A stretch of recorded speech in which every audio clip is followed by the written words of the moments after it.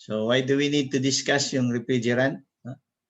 Among others, no? When it comes to air conditioning and refrigeration. No? Sabi nga dito, refrigerants and refrigeration and air conditioning system provide many benefits, no, to society. But these benefits have environmental and societal consequences. Di ba, nalaman natin nagkaroon tayo ng depletion ng ozone layer, no? But thank God, no? Yung palang pandemic meron ding naidulot na mabuti kasi yung pag-heal ng ozone layer na speed up niya. Many of these consequences stem directly from the refrigerant chosen and its management during life of the equipment. So ibig sabihin, pag pumili ka ng refrigerant, dapat titignan mo din, ito ba yung benefit ba nito, ma-outweigh ba niya yung life ng equipment, o yung pagka pumili ba ako ng refrigerant, short-lived lang ito, like yung mga ginagamit natin sa split system, no? Yung split type system, normally, pag sinabi mo ang BRF, 5 to 6, pag ginamit mo sa BPO yan, 5 to 6 years, palit ka na, no? Pero pagka ginamit mo siya, yung refrigerant system na pinili mo, ang application mo, hindi naman BRF, may refrigerant din, let's say 410 pero ginamit mo siya sa chilled water, ang same usage din, application mo BPO rin, pero yung usability mo is dedicated or solely for chiller alone, hindi mo nire-recirculate sa building yung refrigerant. So ibang mode, meaning mas na-maximize mo yung, na-optimize mo yung benefit ng refrigerant, but nalilimit mo yung potential hazards niya doon sa isang lugar lang, like machine room lang siya. No? Ano yun yung mga environmental concerns na na-cause niya, di ba? Yung ozone depletion, global warming. So kaya nagkaroon ng ozone depletion potential index, no? Kaya, tapos nagkaroon din ng global warming potential index, no? Dati wala naman yung mga word na yun eh. No? And then tinitingnan din natin kapag when we were specifying, when we were using refrigerants, tinitingnan din natin, ito bang refrigerant na to? Halimbawa R22, ano ba yung efficiency niyan versus R410A? I think most of you knows that already. Yan yung mga pinapa-memorize ko sa inyo. No? Hindi pala i-memorize. Remember lang, remember. And life cycle climate performance, o tinatawag natin LCCP. No? And kaya lang, pagka tinitingnan mo yung ODP, tinitingnan mo yung global warming potential, tinitingnan mo yung life cycle niya. No, minsan, pag saan ko ba gagamitin to, minsan may mga conflicting ideas. May mga consultants, iba din yung analysis doon. No? So, naalala ko when we were designing yung Aruga Hotel sa Rockwell, talagang lahat ng klase ng chiller available in the market. Before we decided to buy yung isang brand, no, na famous din naman, talagang inaral namin yung system niya. No? Nakita namin na inaral namin yung iba't ibang brand, no? Carrier, Daikin, Dun & Bush, yung mga kilala sa McQuay, York, no? Train, yan, inaral namin yan. And then, tinignan namin pag ito yung refrigerant 1, 2, 3, 4 Z, ang ginamit namin with Train, or pag ginamit namin yung R123 R134 ni Daikin McQuay, or ginamit namin yung kay Carrier na chiller, how will it behave doon sa overall lifespan ng project. So yun mga tinignan namin. No? Additionally, ang issue ngayon sa mga bagong refrigerant, yung flammability. So when it comes, di ba, sabi nga natin, yung R32 may flammability yun. So pagka yung since yung R32 mo may flammability, Well, bago mo gamitin, minsan mapapaisip ka, no? Ano ba yung extent ng flammability niya, no? So, buti na lang may mga organization like ASRE or CIBSE or any other organization na pinupursue yung yung implementation ng standards, nag-implement ng standard at the same time para maprotektahan yung environment natin. So, yung Montreal Protocol, yung Pilipinas, isa sa mga signatory dun. So last year, so yun na yun, na-terminate na yung R22. So wala nang production ng R22. Pero may R22 pa rin sa market. No? No, kaya lang pag bumili ka, wala nang production ng R22. May yung mga natirang R22, no? Meron 'yan.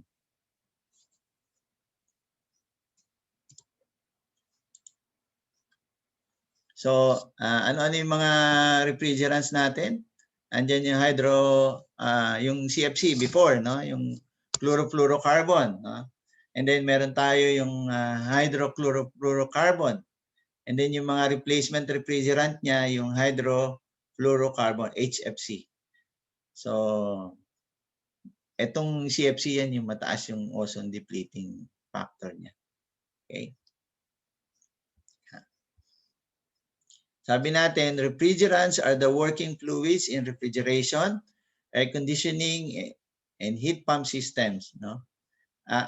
They absorb heat from one area, yung air conditioning natin, no? From air conditioning space, and reject it to another, such as yung outdoor natin. So kukunin niya sa indoor unit, yung init, and then nire-reject niya doon sa outdoor unit natin. No?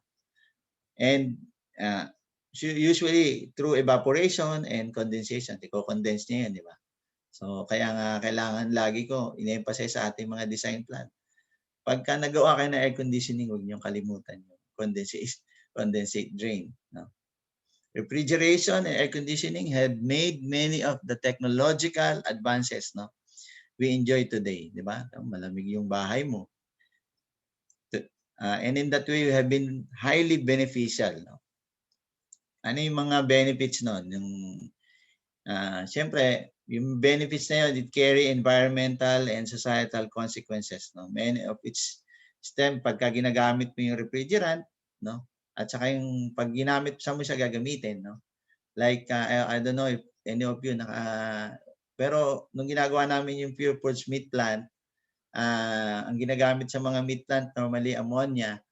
So, pagka na-expose ka doon, very little yung ammonia. So pag na-expose ka doon sa type of refrigerants na yon, sigurado may himatay ka. No? Very little siya.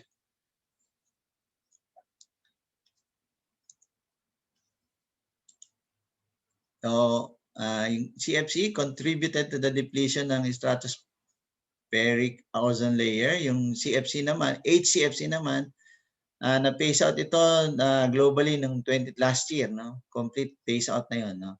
And yun nga, sabi ko sa inyo, signatory tayo dito sa Montreal Protocol. Ang replacement refrigerant, yung HFC impact, nung ni-replace nila, nakita naman nila, tumaas naman yung global warming potential ng mga product na pinampalit nila. No?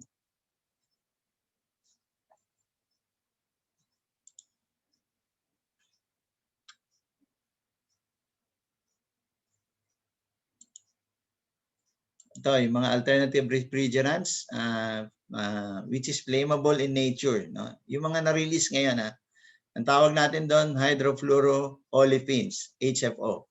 Ang karakteristik niya, zero ozone depletion, no? Very low global warming potential, no? Ate, from 4,000, binaba niya ng mga 1,000, minsan 600, no? And mildly flammable. Yun naman flammability noon, when it was tested doon sa isa sa mga YouTube video ng sa Japanese research, yung flammability niya hindi naman yung actually yung flammability sinusukat niya yung haba ng apoy na naipoproduce niya in case mag-spark, in case lang mag-spark.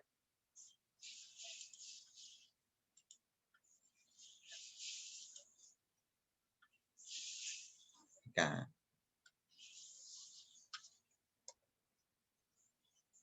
Ito, non-fluorinated refrigerant, or we call it natural refrigerants. Yung ammonia, yan, natural yan. Carbon dioxide, no, CO2, no? Hydrocarbons, no? Water, pwede ring refrigerant ang water. At the same time, yung air, pwede ring refrigerant. So, yung water, matagal lang ginagamit na refrigerant ang tubig, no? Using absorption chiller. So, makikita niyo yan yung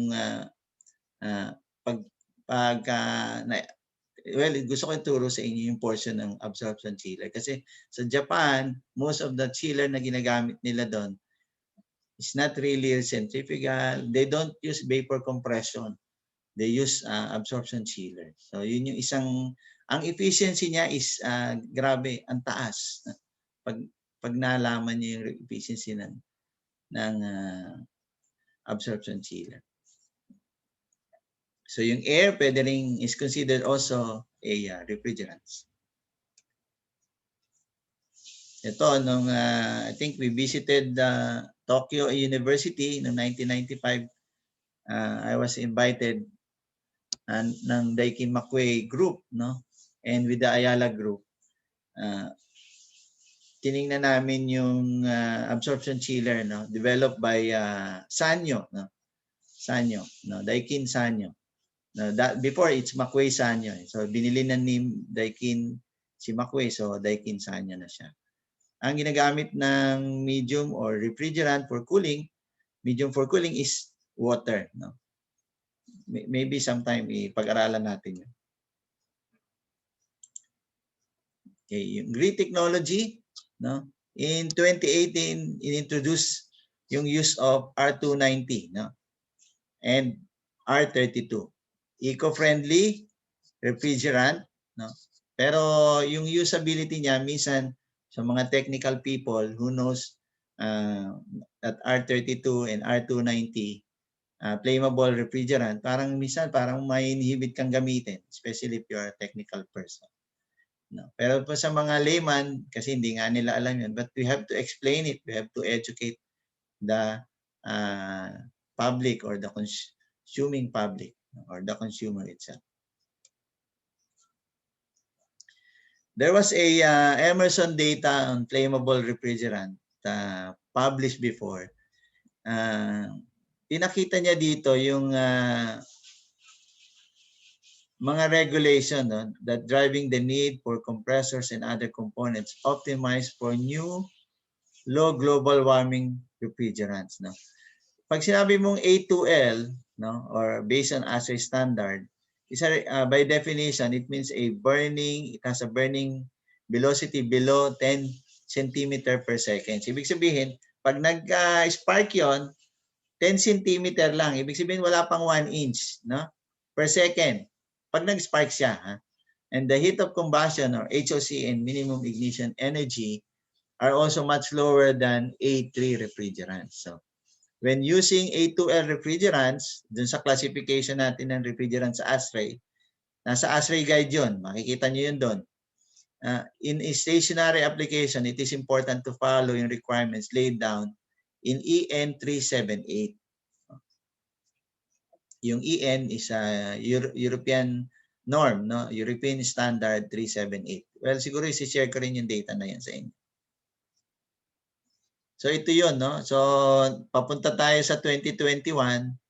So parang sinasabi nila na dapat magkaroon ng tamang regulations na sa paggamit ng R290 and R32. So dito sa atin, pag binasa niyo yung Philippine Green Building Code, naka-pattern pa rin siya doon sa consumer refrigerants, which is R22, R410A, yan, R407C, yan. Okay? And then as you go higher doon sa ibang standards or building code adoption, in-expect nila na magkaroon ng adoption by 2024. Then sa residential, yung seasonal energy efficiency standard by 2023. And then sa commercial, ganun din by 2023. No? And then yung EPA ruling, normally if there is a standards being implemented sa US, Ang Pilipinas normally follow lang or the Asian countries, not only Philippines, no? Asian countries follow lang yan. Bakit? Kasi pinakamalaking producer and user ng refrigerants sa US. Lalo na yung mga industries doon. Ano yung caveat ng refrigeration system? It requires a lot of energy, di ba? Pag gumagamit ka ng refrigeration, air conditioning system mo sa bahay mo, or sa commercial facilities or industrial facilities. I remember a friend of mine, pinadesign nila yung industrial facilities nila sa Panasonic. In-air condition namin yung, ang goal niya was to keep the workers, no? Ano sila, yung productive. Kasi mainit dun sa gawaan ng gawaan ng refrigerator. So sabi niya, paano kaya to? Kung i-air condition ko siya, sobrang mahal. Sabi ko, we don't do air conditioning on industrial plant. Sabi niya, ano yung method? Sabi ko ay, we only do spot cooling. No, parang sa kotse nyo, kung sa kotse nyo, merong, hindi naman purely air conditioning yun eh. It's spot cooling. Kala nyo lang malamig. Yun yung mga ginagamit nating kotse. So, ang caveat ng refrigeration system, it requires a lot of energy. Tama. And then, energy that requires fossil fuel, di ba? Pag gumamit ka nun, siyempre, yung usok mo. Even itong ginagamit mo sa bahay, no? Fossil fuels that produces carbon dioxide. O, yun yung nagpapainit sa stratospheric ozone layer natin. Sabi dito, all refrigerant uses have trade-off. Designers, engineers, kasama na kayo dyan.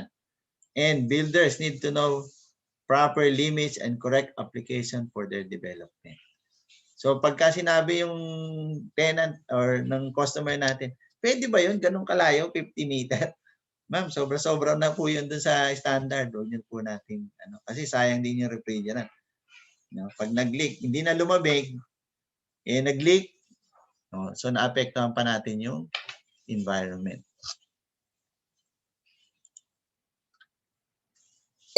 So mga environmental concerns, when choosing refrigerants, kailangan i-review natin yung ozone depletion, depleting potential niya. And then you check yung global warming potential lagi. Definitely yung mga magiging customer natin will ask, eco-friendly ba yan? So dapat knowledgeable tayo doon. Tandaan nyo, every refrigerant may iba-ibang kulay yan. So 408, 404, 406. So hindi isa. So yung tangke ng refrigerant, pag binili nyo yan, iba-iba yung kulay. Para alam nyo na, 507 yung dala-dala ng tao natin. O bakit ganyan yung, ano yan? Ano yung refrigerant na dinila mo? Yan. Alam nyo kagad kung mali yung nadala ng technician. Then, deal with energy efficiency for your operations. No? Yung mga environmental concerns natin. Ano ba gagamitin ko? 410A o 407C? Pareho naman pwede yun sa VRF. No? Validate life cycle cost and climate performance. So, laging i-take into consideration natin itong mga 4 factors na to. Then, comparison ng R290, R134 sa R22. Ito, I think, pag tinignan mo yung R290, yung propane, no? Flammable to di ba? And then, compare mo dun sa, since ban na to for 2020, yung R22, R134A, medium pressure na refrigerant ito. Ang usually, meron tayong chiller. Ang gray, meron chiller na pang R290. No? Retrofit? Pwede bang i-retrofit ang R290? No. Ang 134, yes. Gamitin mo sa retrofit na chiller. Pwede yun. ODP, 0 pareho. No? At yung R22 kasi hydrochlorofluorocarbon siya. So, mababa na. Global warming potential nga lang niya mataas. No? 3, ang global warming potential ng 290. Then 1370 No?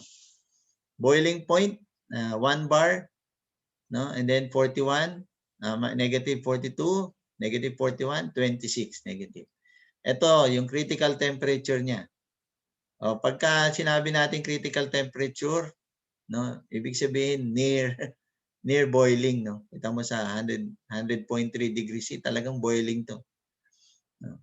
And then yung critical pressure, you don't need to memorize, just be familiarized yung sa critical pressure niya. And then ito yung safety group, lagi natin titingnan to kasi nasa tank ito eh. Naka-label yan doon. No? Flammability 2.1% by volume. Ibig sabihin, pagka nag-leak siya doon sa space, no?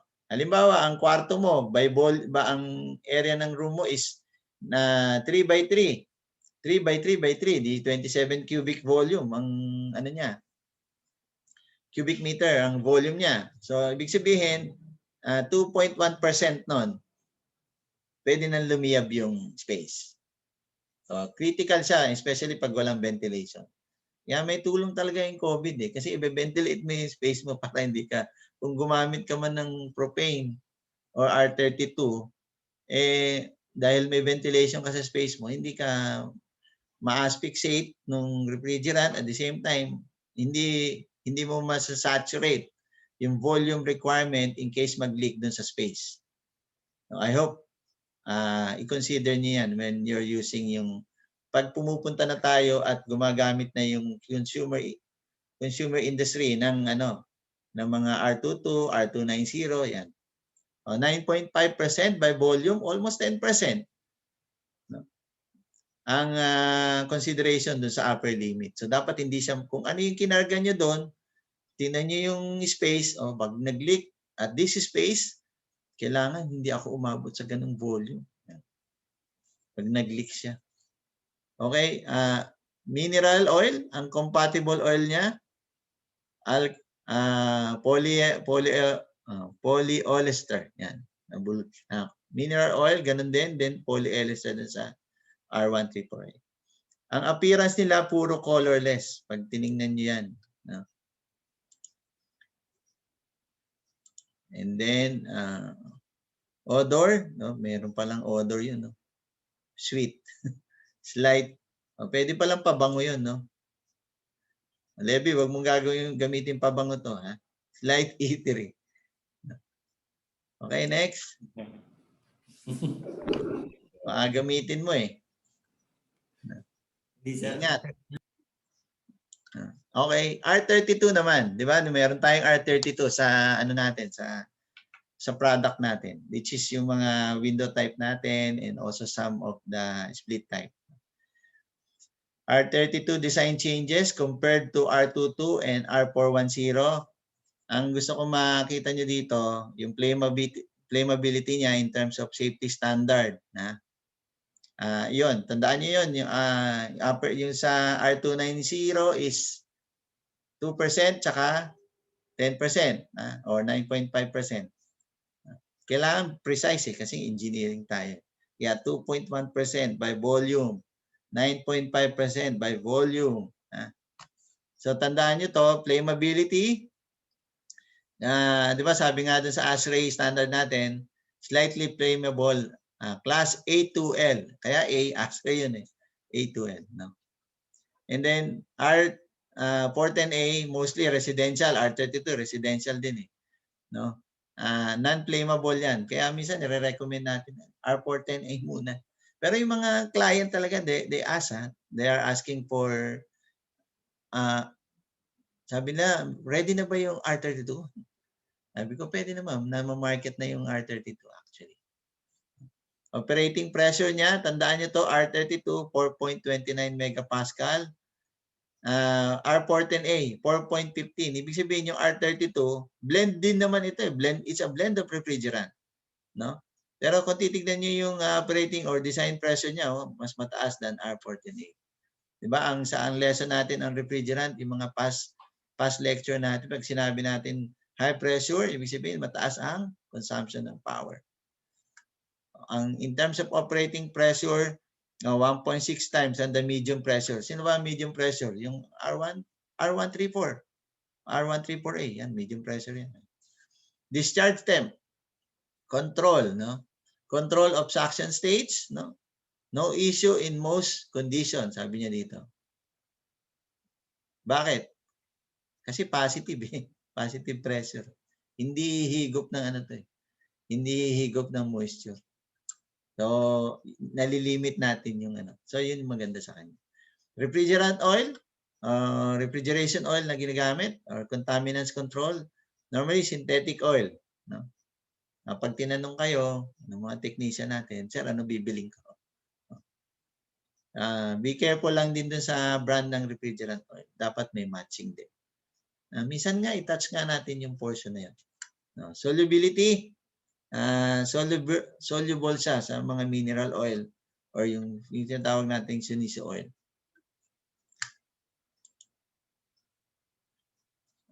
Refrigerant choices, saka efficiency, para alam niyo lang. Sabi dito, none of the refrigerants shown in the table are considered toxic or highly toxic as defined by IFC, UFC, NFPA. Kahit NFPA na lang, NFPA 1. Yung code ng NFPA 1. Mas familiar ako sa Uniform Fire Code, no?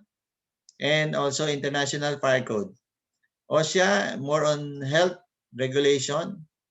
Pero yung global warming potential dito, base dun sa recent report, I think has to be reviewed pati. So low pressure, medium pressure, high pressure. ASRE classification A, 1, 2, para familiar kayo ha. You don't need to memorize this. And then 2L, pag 42, 452, 454, R32. Since R32 tayo meron, and then meron din tayong ginagamit na R134A sa screw chiller natin. And then yung mga commercial natin na modular chiller natin uses R410A. So, kailangan tignan nyo rin yan. No? Actually, dun sa mga na-conduct kong lecture sa iba't sa ibang ano sa ibang company, ang consideration nila, share ko lang din sa inyo, ang consideration nila talagang i-push yung R32. Bakit? Kasi maganda yung efficiency niya in terms of power consumption. And also, may gusto rin nila explore yung R407C. Para, so you know. Okay. R123, so parang kapalit nung R11. I think itong R123, pag low pressure, mataas ang moisture entrainment yan sa system. So mahirap i-control pag madali masira yung mga, lalo pag ginagamit sa centrifugal chiller. So toxicity, tignan nyo yung toxicity level niya. Para alam niyo lang, hindi ko nilagay sa sa ammonia dito. Yung toxicity level niya, tignan niyo lang. Just you know. Efficiency in terms of coefficient of performance, malalaman nyo kung sino yung pinakamataas. Halos hindi naglalayo. No? 8.22, 8.48, 8.45, 8.95. No? Maganda ang low pressure, kaya lang yun nga. Mahirap i-maintain ang system. Global warming potential, ito yung concern natin. Sino may pinakamababa? Ito, siyempre, kung meron 0 dito, siya na magandang refrigerant. Normally, 1 lang. 1. And then, yung ginagamit natin, 410A, 1924 pa. Kasi nga, blend ito ng iba't ibang refrigerant. So, atmospheric life. Pag na-expose siya sa atmosphere, anong conditions niya? Ilang years siya magtatagal dun sa atmosphere. Halimbawa, yung mga technician natin, pag hindi natin na-educate ng tama yan, basta magre-release lang ng refrigerant yan. They don't care about the environment. Pero maganda ma-educate din natin sila. No? Like yung R410A, yung tagal siya sa 17 years. Kaya hinay-hinay sa paggamit ng R410A. R32, 5.2. So pag na-expose siya sa atmosphere, bago siya ma-diffuse or mawala totally, 5.2 years. So kaya gusto nga nating i-push yung R32 dun sa mga susunod nating product. Next. Ito, yung next generation ng refrigerants, yung mga paggamit ng HFO, no? R32, yan, next generation na to eh. Propane, next generation na. Considered na yan. I-share ko na lang din to sa inyo para alam din. And then yung global warming potential niya, yun nga, pagka R32, 675 na lang. Kapag 290, 3.3 na lang. Ganda yung 1, 2, 3, 4 YF. Pero ginagamit to sa mga malalaking chiller. So, you know. So, yung product application niya sa GREE, di ba meron ang GREE na R290 na product intro. I think ang mas maliliit yung tubo niya. No? Narrower tubes, no, can be used in the condenser and evaporator since R290 has a better heat transfer properties and a lower pressure drop. So R290, mura siyang refrigerant. R22 air conditioner are cheaper than R407C and R410A units. So ang conclusion dito, yung R290 air conditioner will be much cheaper than R410A units. GREE AC in terms of safety features, GREE R290 designs achieve lower refrigerant charge size yung currently doon sa international standards for R290 air conditioner. Additional features include special compressor design and refrigerant leak alarm system. Kasi nga, flammable eh. So, kailangan talaga nun. Nire-require under ASHRAE standards na meron kang yung system mo mismo equipped with alarm. Pati sa EU legislation.